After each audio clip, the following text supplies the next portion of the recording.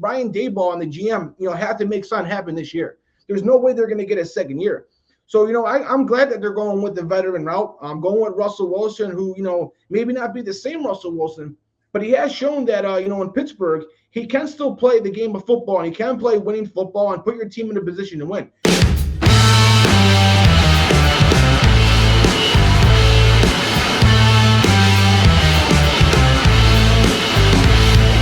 We're back with Football Forecast Offseason Edition, Episode 6. He's Kaynen Buckshot. I'm Anthony Balester. We have a lot to get into, Kaynen. The Giants making some quarterback moves. We obviously have the Stefon Diggs. He finally found a new place. And we're going to be discussing some NFL draft news. But definitely make sure to be following us at the TFB Forecast ETB. Make sure to follow us on all social medias. Also, if you like this video, definitely make sure to subscribe to our YouTube channel at youtube.com/ETB Network for all your other shows and other content. We're very, very close to 1,000 subscribers, so any extra subscriber would definitely go a long way. Definitely make sure to check out the ETB Substack. We're adding new shows every week, NBA, MMA, MLB. So if you like all those shows, definitely make sure to look into that. It's etb.substack.com. So definitely make sure to check that out as well. Also make sure to listen to us and listen to our podcast and the Football Forecast Show, wherever you get your podcast, whether you listen to on your AirPods on the go, or if you listen to us on YouTube on your television. Also make sure to check out Playback, because this show, the Football Forecast, is presented by Playback, and we got a lot more of that to get into. But first off, I want to ask, how are you doing this week, Kaynen? Yeah, I'm doing good, Anthony. How are you? Not too bad, not too bad. We're getting closer and closer to the NFL draft, and there's more and more rumors coming out each week, and yeah, it's getting very, very exciting. And I know a lot of people think this is the worst time of the NFL, but I think the NFL has became 365 day a year sport, so it's definitely exciting. And we got to get into it, Ken. We're a team that you follow very closely, and it is the New York Giants. The New York Giants went out and not got one, but two quarterbacks. They went out and signed Jameis Winston, and everybody thought, okay, well, there's your bridge quarterback. You're probably going to draft another young guy. Well, then he went out and got Russell Wilson, and it looks like Russell Wilson may be a starter. So it was definitely pretty surprising to see him bring two guys that pretty much could have been bridge quarterbacks on maybe other teams. But now this goes to show you, Kaynen, that maybe they're not going to get one of these top quarterbacks in the draft, and maybe they decided it's best to go other ways. But before I dig deep into this, Kaynen, what were your thoughts on the Giants signing both these guys? Yeah, I was kind of back and forth with the whole idea at first. I really wasn't thrilled. But that's just kind of the reality of the Giants right now. A lot of people are saying to draft Shedeur anyway and have him play like the second half of the season after Russell Wilson plays the start. But I think the Giants have a tough season coming up, tough schedule, and there's two QBs in next year's draft that come to mind. So for this draft, I think maybe pick up Travis Hunter and maybe a lineman or a defensive back in the later rounds. And after this season goes as horrible as everyone expects, you can maybe pick up, I don't know, like Arch Manning or someone after seeing what they do this coming season. Or, anyone that shows out, really. The future of the Giants, that's going to be interesting to say the least, Anthony. Yeah, I agree with a lot of the stuff that you're saying, Kaynen, and I'm glad that they're deciding to go with the veteran quarterback route, because honestly, Kaynen, what I really hate what the NFL teams do is you draft a quarterback out of desperation with the coach and a GM that's on the hot seat. That puts the quarterback and the organization in a very, very tough spot. Because what ends up happening is, you got a rookie quarterback. You can't expect a rookie quarterback to be able to fix the team overnight and fix the team in 1 year. So what happens is you get this young rookie quarterback in. He doesn't get you to the playoffs, which you can't really expect him to do that. Then you don't make the playoffs. Now the coach and the GM get fired. Now that quarterback is going to go into his second year with a whole nother coaching staff, a whole nother GM. He's going to have to learn a whole new playbook. He'll have no confidence, and the GM that they have won't be a GM that drafted him. So how do you know if the GM really likes the quarterback or if he's going to want a different quarterback the year after? So what I hate teams that do is when you draft a quarterback on a team that is in desperation and then you have coaches on the hot seat. I think when you draft a quarterback, you should almost guarantee that whatever coaching GM you have is going to at least be in the organization for 2 years. And I think that's the best way to set your quarterback up for success. Now, we know with the Giants, that's not the case. Brian Daboll and the GM, have to make something happen this year. There's no way they're going to get a second year. So, I'm glad that they're going with the veteran route. I'm going with Russell Wilson, who, maybe not be the same Russell Wilson, but he has shown that, in Pittsburgh, he can still play the game of football, and he can play winning football and put your team in a position to win. You may not be able to go far with them into the playoffs, but he can definitely get you in a position to maybe make the playoffs. And you got, good targets like Malik Neighbors. You got a good young tight end in Theo Johnson. I like Tracy, the running back. So, and then this also allows you to draft a really good positional player that's non-quarterback in the first round. Now they could get maybe a Travis Hunter, or they could get an Abdul Carter. So I really, really like that for the Giants. And I've also heard some rumors that, maybe it's not even a choice of theirs. Maybe, there's a possibility that Cam Ward goes number 1 to the Titans and Shedeur Sanders ends up going number 2 to the Cleveland Browns. So maybe, the Giants decided, like, if both those guys are going to be gone anyway, then we pretty much have no choice but to bring in 2 veteran guys and try to compete to win. So maybe they either had no choice, or maybe they decided, hey, we better off taking a non-quarterback, going with the best player available, and trying to put your team in a position to win. But what are your thoughts, Kaynen? Do you think, there's a possibility where Cam Ward and Shedeur Sanders could go 1 and 2 in the draft, and that's why the Giants did this? Yeah, I mean, I could see that. And honestly, if that's the reasoning behind the Giants doing this, that's a smart move, because the way the seasons have been going lately is so unpredictable. You kind of need a backup plan, and putting money into 2 guys like Jameis and Wilson, that's a smart move if all comes crumbling down in the draft, because, yeah, and anything can happen. Yeah, absolutely agree, Kaynen. And, the Giants definitely have a very important offseason and a very important season in general, because, like I said, Brian Daboll's got to make something happen. And hopefully Russell Wilson can be the quarterback that helps, save his job. But there was another team who has been struggling over the years, but I've been really high on him, Ken, in the last few weeks. And I know the main thing was the comparisons to another elite quarterback. But again, the Patriots are making moves. The Patriots went out and got Stefon Diggs, the former Buffalo Bill. Now, I know that they did probably overpay for him, but I think this was a smart move. But what were your thoughts, Kaynen, on this? Yeah, I think this is a really smart move. Like you said, Drake May was balling out there, and you get him a guy like Diggs. That's great for the Pats, because he's such a phenomenal route runner. And although he might not have the physicality or athleticism he once had, he's still a great route runner at the end of the day, and he has the ability to get open. He's never going to forget that. I think they still need another weapon. I'm not really sure if they're going to get it this season, but they still have a great pick in the draft. If Shedeur and Cam Ward go 1 and 2, then maybe the Patriots pick up Travis Hunter. So that could be the next weapon they're looking at. So they could get another weapon this season. But another name that comes up thinking about the draft is Abdul Carter. He could very well go to the Patriots. And he's one of the guys who I think can make an immediate impact. I think he's darn near NFL ready. What about you, though, Anthony? Yeah, Abdul Carter would be amazing. I know they revamped their defense, but obviously, they probably need another young edge rusher. I know Harold Landry.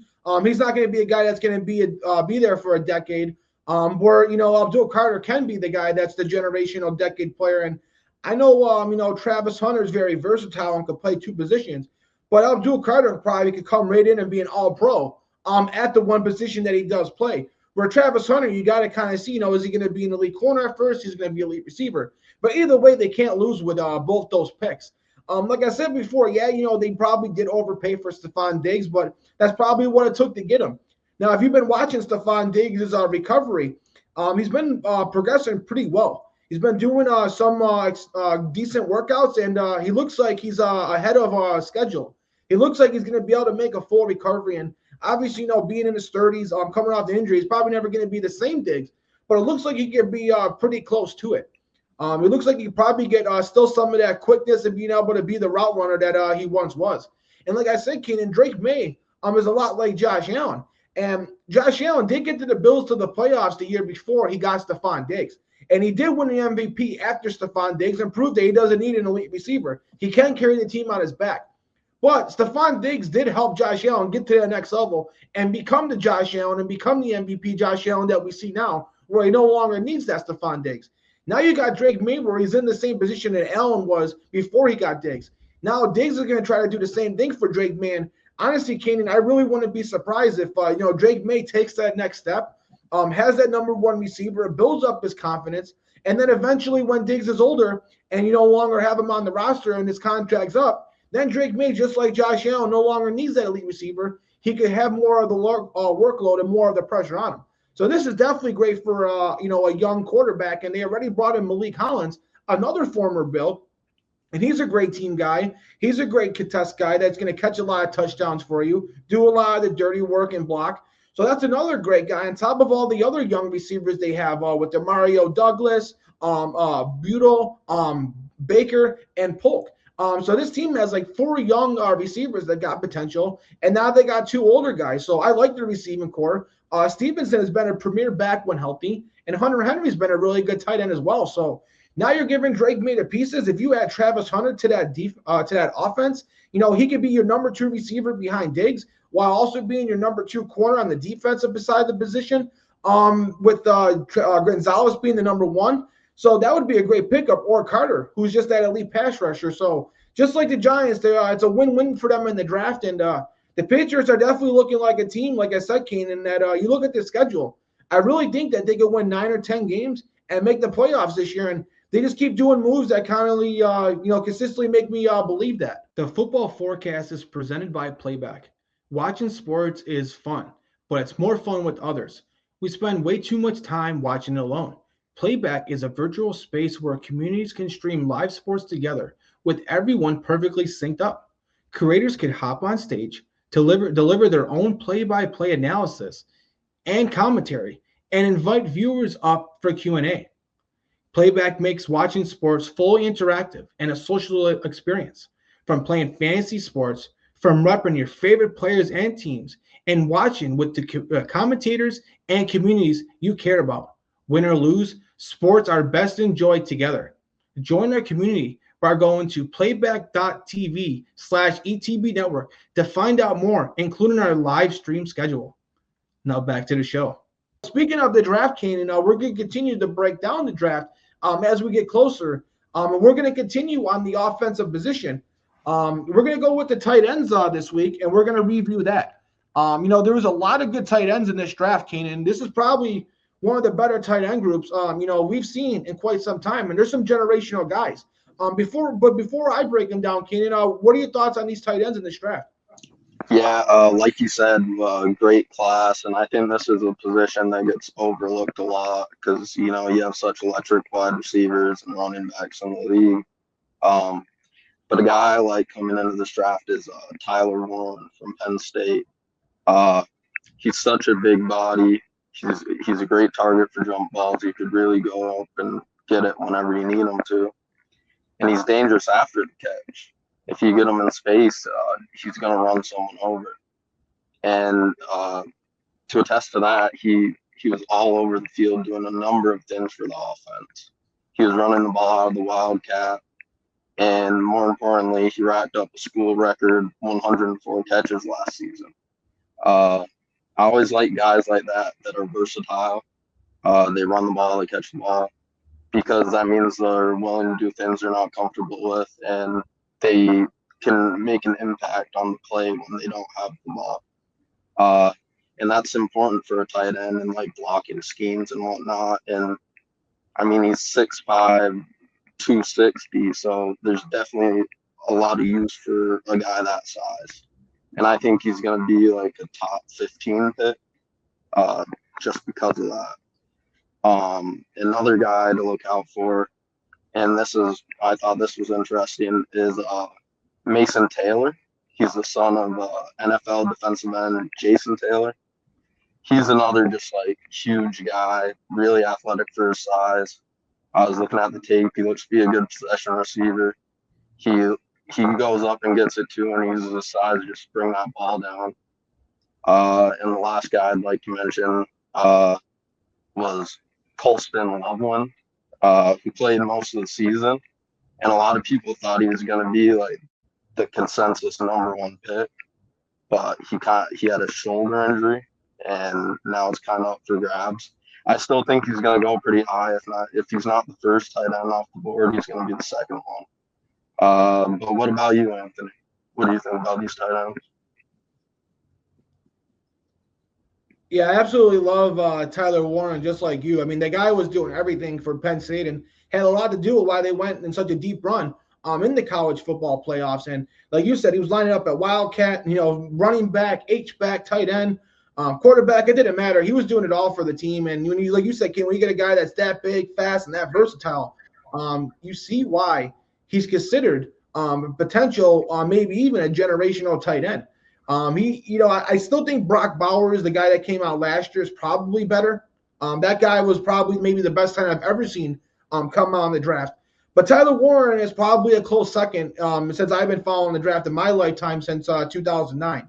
So, Tyler Warren is unbelievable. And he really doesn't have any weaknesses. He's a great team guy, leader, a guy who could be a future captain of the team. And whatever team gets him, they're going to get a guy who's going to come right in, and maybe even similar to what we saw a couple years ago with Sam Laporta and what we saw this year with Brock Bowers, where you might see a guy like Tyler Warren come in and, as a rookie, be a top 10 tight end in football. And you don't see that too often. Tight end is a position that sometimes takes a few years for guys to become all pros. But lately we've been getting the guys who've been coming in pro ready and dominating. And I think Tyler Warren's going to be the next up. Colston Loveland was definitely, probably the top tight end, when you were looking at preseason rankings and headed into the year. Obviously, Michigan didn't have the season that they would have liked. They finished on a good note, but he was dealing with some injuries, and I still think he's got the talent. I mean, the guy is super, super tall. He's got the size, he's got the strength, and he's got the speed as well. He honestly, could end up being the best tight end in this draft. He's super, super young. He's only 21 years old. So, he's about 2 years younger than a guy like Tyler Warren. And we saw a guy like Tyler Warren to where he really didn't, emerge and become the best tight end in college football until this year, where you've seen a guy like Colston Loveland to where at 19 years old, in his sophomore season was, maybe one of the best tight ends in college football already. So, you look at that, Colston Loveland does have a high ceiling. You got to worry about the injuries. So right now, after, the performance Tyler Warren I have to give him the #1 spot. But Colston Loveland's definitely a first-round talented tight end that I wouldn't be surprised if ends up being an elite tight end in the NFL. Some other guys I could see going in later rounds, I like Mason Taylor. He's a relative of the Hall of Famer from Miami, Jason Taylor. Mason Taylor is a very great route runner with great hands. He was a guy who came right in for LSU and as a freshman was one of their most impactful players on the offense. So I really like Mason Taylor. I really like Harold Fannin Jr. He was one of the best tight ends in college football and a really close second to Tyler Warren in just terms of what they accomplished on the football field. Now, he was a guy who didn't test out too well, and some people are worried about his speed and what his overall ceiling is. But the numbers he put up was just way too phenomenal, and he's definitely a guy that I could see, maybe in a year or two in the NFL system. He's a guy, who's also young. I think he could end up flourishing as well. And then one later guy I want to bring up is Gunnar Helm. He was a guy who had a huge breakout season for Texas. And Texas was having other, talented tight ends who was supposed to be the top tight ends. And he ended up being a guy who was a senior on the team who was there for 3 or 4 years. And he beat out a lot of those young, talented guys and, really emerged. So I really like, those guys, Kaynen, for the tight end position. But like you said, very, very, experienced class that has a lot of talent. And it's going to be a class that we'll be probably talking about in the years to come. But we also got another, offensive position that we got to break down. And the last positions we got to talk about before we move on to defense. And that is, the big boys up front, the offensive line, the guys who pretty much do all the dirty work to make the quarterbacks and the running backs' lives easier. And, the guys that pretty much, may be some of the most important players in the NFL. But before I get down to some of these top guys, Keenan, When you look at this offensive line group heading into the 2025 NFL draft, who are some names and some guys you got your eye on? Yeah, I really like Will Campbell from LSU. A couple of those interviews that I saw, he seems to have a good head on his shoulders. He has a good work ethic and a good attitude. And I mean, that's half the battle with football. It's not just all physicality. You got to have the right mindset and, preparation and all that. A lot of people said he won't make it at tackle. They'll probably move him to guard.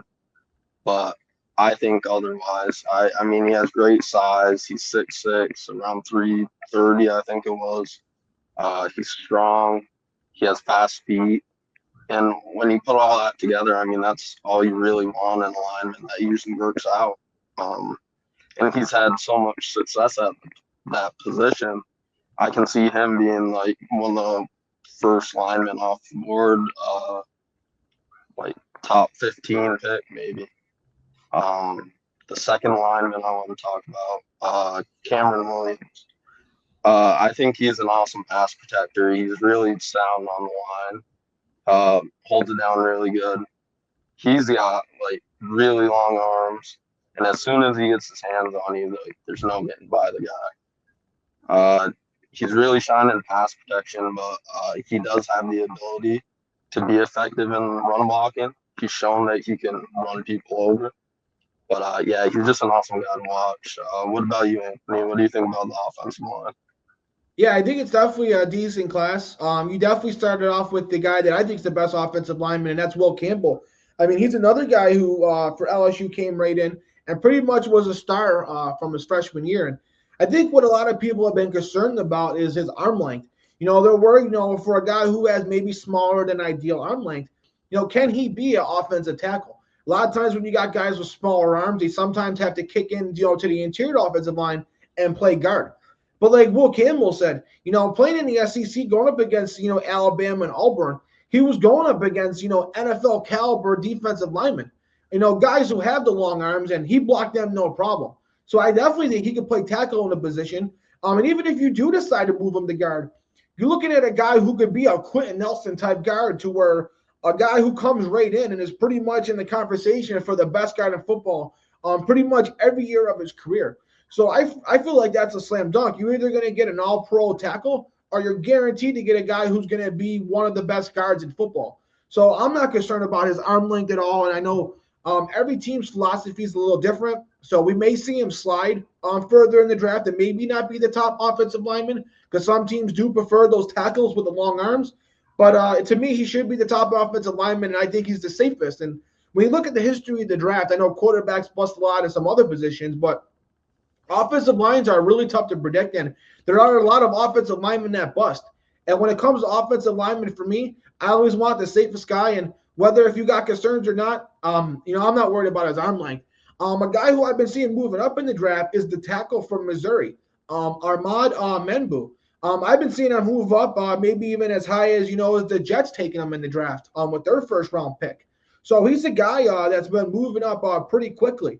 Actually, I've even seen the Patriots potentially taking him because they need some offensive line. And he's a guy who's got the ideal arm length, and a guy who, some teams may prefer as that ideal top 10 pick tackle. So look for him to go really high. And then you got some guys like Kelvin Banks Jr., who has all the talent in the world for Texas, but just really young and just got to get that consistency together and just, needs some time to learn. But being, 20, 21 years old, he's a guy who can end up being the best tackle in the draft when we look down this later down the line.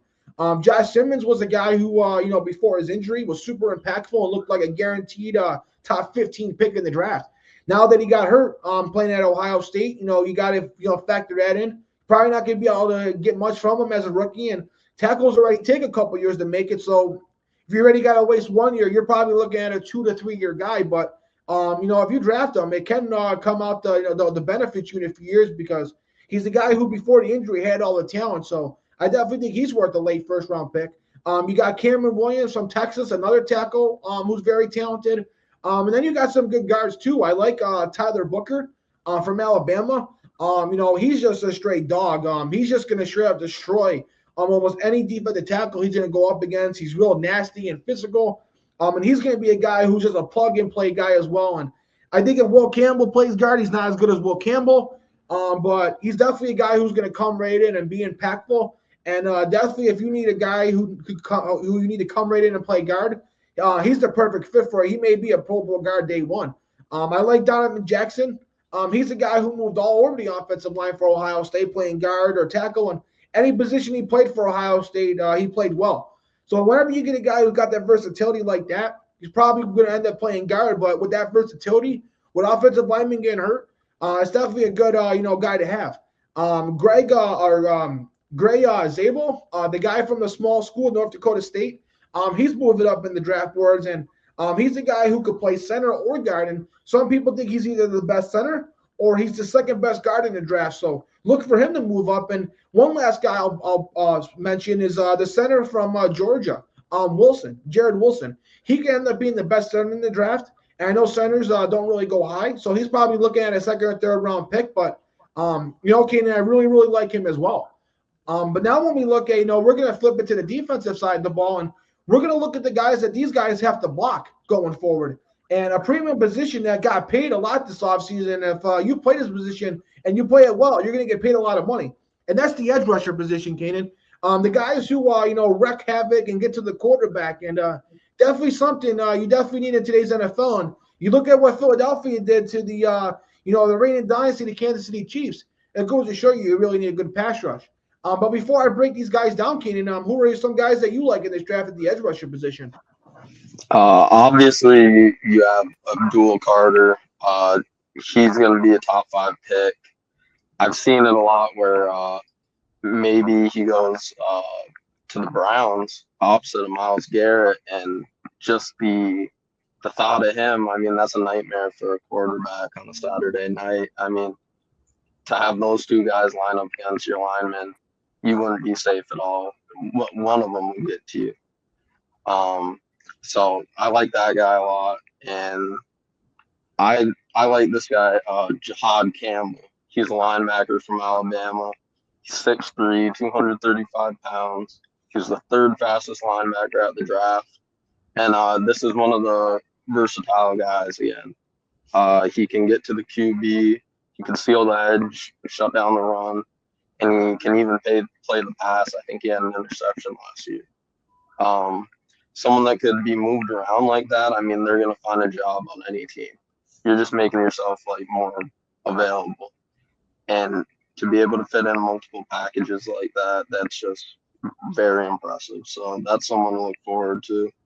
And a third guy, James Pierce Jr.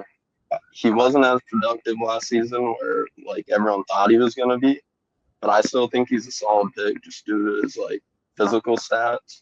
He's huge and he's really fast. So I think he might be a top 3 edge rusher this draft. What about you, Anthony? What do you think about the edge rushers? Yeah, Ken, all the guys you brought up are superior talent. And when I look at this draft and I look at the edge rusher position, this may be the strongest position in the draft and one of the deepest positions. When you looked at last year's draft, we looked at all those offensive players, and everybody talked about the offense and all the great receivers and all the great quarterbacks. Well, honestly, Kaynen, this draft is pretty much the exact opposite. This is the draft where if you need defense, you're in great luck. There's so many great defensive players, and you're going to have a first round of a lot of defensive heavy draft picks. So this is definitely the position that you want to talk about this year because, like I said, this is the draft of the defense. There's probably, Kaynen, 16 to 20 guys who are worthy of top 100 draft picks. Now, they all can't go in the top 100 because some other teams in other positions. But you got 20 guys who are worthy of top 100 picks. That's absolutely insane, and that's unheard of. You got to start off with the generational guy, Abdul Carter. The guy is a supreme athlete. Obviously, he's got the quickness, he's got the speed, he's got the leadership, he's got the mentality. He's pretty much a Micah Parsons clone. From the same school, we're the same number at Penn State, number 11. So I think he's going to pretty much come in and do exactly what Micah Parsons did, and that's why he's going to go top 4 in the draft. Another guy that I really, really like is Jalen Walker from Georgia.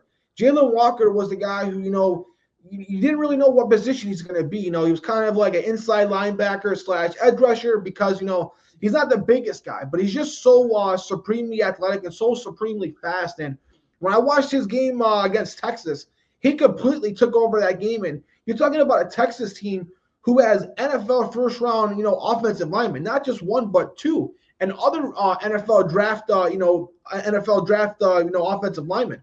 So, he went up against NFL guys and completely wreaked havoc and completely took over that game. So I think Jalen Walker is definitely worth a top 10 pick, even a top 5 pick. He's one of the best edge rushers in the draft. And then you got two, smaller guys as well. You got James Pierce Jr., who absolutely lit up the combine. His 4.3, 4.4 speed is supreme. And I know he's a little on the lighter side, but his speed makes up for it. And, you either got to be, a little bit bigger or you got to be a little faster. And whatever size he doesn't have, he makes up for it with speed. One thing I want to say is he can improve his run defense. And that's where he's going to lack in the NFL is his run defense. If he could ever, improve that, then he could become an every down player. But, even if not, he's a guy who could come in and on third down situations, he's going to be a tough guy for the offensive line to block. You got Mike Green for Marshall, who reminds me of a little bit like Khalil Mack, where he's a little shorter, but he's got the weight and size. He's a little shorter, but he's got the weight that you need in the strength. Playing at a small school like Marshall, he absolutely took over games, and that's what you need to see out of guys when they play at that level. He's a young guy, and he absolutely took over games and was one of the top sackers in all college football. And he obviously lit up the Senior Bowl practices, and he's a guy who tests really well as well. So Mike Green is a guy who should go top 15, top 10 in the draft. You got some guys, Kaynen, as well in this draft who are just supreme athletes, but they didn't really have the production that you wanted. You had Shamir Stewart, and you got Mikael Williams from Georgia. Mikael Williams is over 6'6", 280. He's not a slow guy, for his size, running the 4.7s, 4.8s, but he didn't have the production and the sack total you want. And then you look at a guy like Shamir Stewart, who I mentioned about the combine. He's a guy over 6'6", over 265 pounds, running a 4.5 40. That's 99 percentile type testing, but it doesn't show up on film. So he's a guy because of that. Is definitely going to drop in the draft. And for a guy who was such a big athlete, he really didn't have a lot of run stuffs. He really didn't have a lot of tackles, and he really didn't have a lot of sacks that you would like. But if a team could get the the production out of the athlete, he could be a guy who's going to be a tremendous all-pro. So we're going to see what teams can get out of him. And then some other guys I'll mention, Donovan Azuruku from Boston College. He's the guy who really broke out this year and has moved up into a first-round pick. Landon Jackson, another guy just like Shamar Stewart, over 6'6", 260 pounds, running a 4.6. And he actually had some good production and can stop the run. Nick Sorton Jr., another very talented guy. You like to see him, maybe drop a few pounds and gain a little extra speed. Jack Sawyer. I would love to see a guy like him. I'll go to the Detroit Lions. He'd be a perfect Dan Campbell guy. He's a team guy. He's nasty, dirty. He's athletic. He makes the right play at the right time. He plays against the run really well. So I really, really like him. And like I said, Ken, I could go all day long with these guys because there's so many guys in this draft at this position. And then the other position that I'll be playing next to him is defensive tackle, another position that is probably almost equally as deep and with some generational players as well. But before I break down the defensive tackle position, Kaynen, what are your thoughts and who are some guys you like at the D tackle position? Yeah, the first name that comes to mind is Mason Graham. He's the clear cut number one for me. He was a force on Michigan, All-American. He showed off his run stopping. He's the type of guy to just ruin your run game. He fills the gap like a pro. I think he can fit into a tackle-heavy defensive scheme and really get to work immediately. Another guy like Walter Nolan.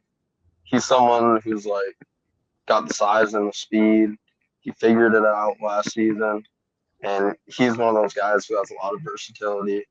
When he played for Texas A&M, he's playing on the outside mostly. So this is one of those guys who can be moved around.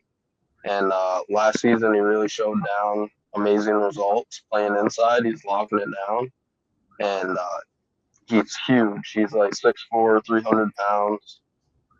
To have that speed up the middle as well, that's just going to be a tremendous advantage. What about you, though, Anthony? What do you think about the defensive tackles in this class?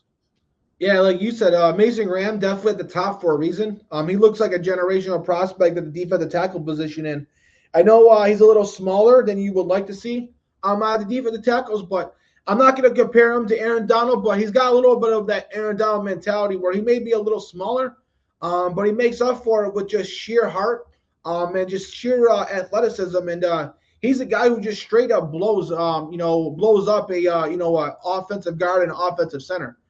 So he's definitely a guy who can go super high in the draft, and I think he'd be a great pick for the Jacksonville Jaguars to go along with their two edge rushers. But you can't say anything wrong about him. His teammate is probably the second best defensive tackle, Kenneth Grant, who is a guy who does have the size and strength. Talking about a guy who's over 6'3", over 337 pounds, and I think he has also led off defensive tackles with bench pressures at the combine. So he's a guy who you're not going to be able to move off the ball, and it's going to take two guys to block him at all times. You got some guys like Walter Nolan, who has the size, strength, and speed, and played really, really well at Ole Miss. Derek Carmen, a guy who really broke out this year and was one of the catalysts for an Oregon defense who really, really stepped up this season, and he was the catalyst. And he may not have been the guy who was always getting the sacks, but he was always the guy that was taking on the double teams and allowing the other guys on Oregon's defense to get the sack. A guy who I also really like is Deion Walker. Now, he's a guy who tends to play pretty high, so he's got to get a lower base. He's got a lot of potential.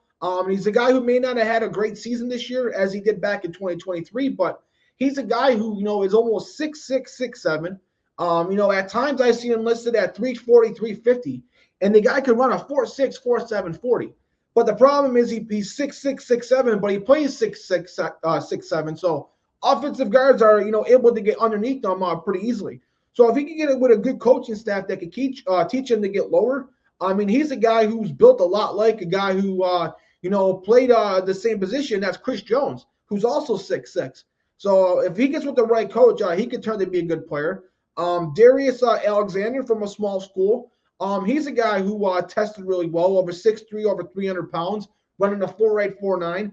He's a guy who's probably moved up to a first round. I like Tyleik Williams from Ohio State. He's a guy who could have came out last year as a second-round pick and came back this year, really, really stepped it up and became an all-around player. And he's a guy that's over 330 pounds. So if you need run defense, he's the perfect guy. And a late-round guy I like is Ty Robinson, a guy who came out and really blew up the combine and was a good college player, but people didn't think he was the guy that was going to test well. Well, he tested well too, and he may be a little smaller, but he's another guy who makes up for it for athleticism. So another deep position, Kaynen, and I can't wait to break down more positions, and I can't wait for this draft to come up because there's so many great defensive tackles, and there's honestly so many great positions. But that's going to do it for this episode of Football Forecast. Definitely make sure to subscribe and follow us on all social medias at TFB Forecast ETB. Definitely make sure to subscribe to our YouTube channel, youtube.com/ETB Network. We're very, very close to 1,000 subscribers, so any help will definitely go a long way. Also, make sure to check out the Substack at etbnetwork.substack.com. Like I said, we got all kinds of new shows on there, so definitely make sure to check us out. And definitely make sure to listen to us however you listen to your podcast. And again, the Football Forecast show is presented by Playback. My name's Anthony Balester. He's Kaynen, and we'll catch you next week.